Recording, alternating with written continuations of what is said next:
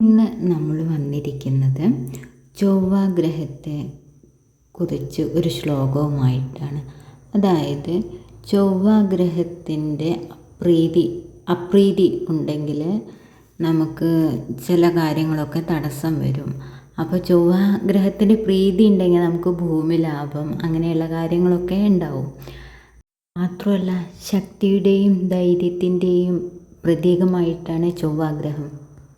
പിന്നെ സുബ്രഹ്മണ്യ സ്വാമിയുടെയും ദേവിയുടെയും കാരകഗ്രഹം കൂടിയാണ് ചൊവ്വ. ചൊവ്വ പ്രീതിക്കായി നമുക്കൊന്നൊരു ശ്ലോകം ചൊല്ലാം.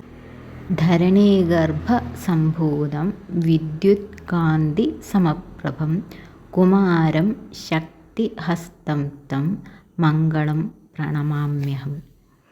എല്ലാവർക്കും ചൊവ്വ പ്രീതി ലഭിക്കട്ടെ.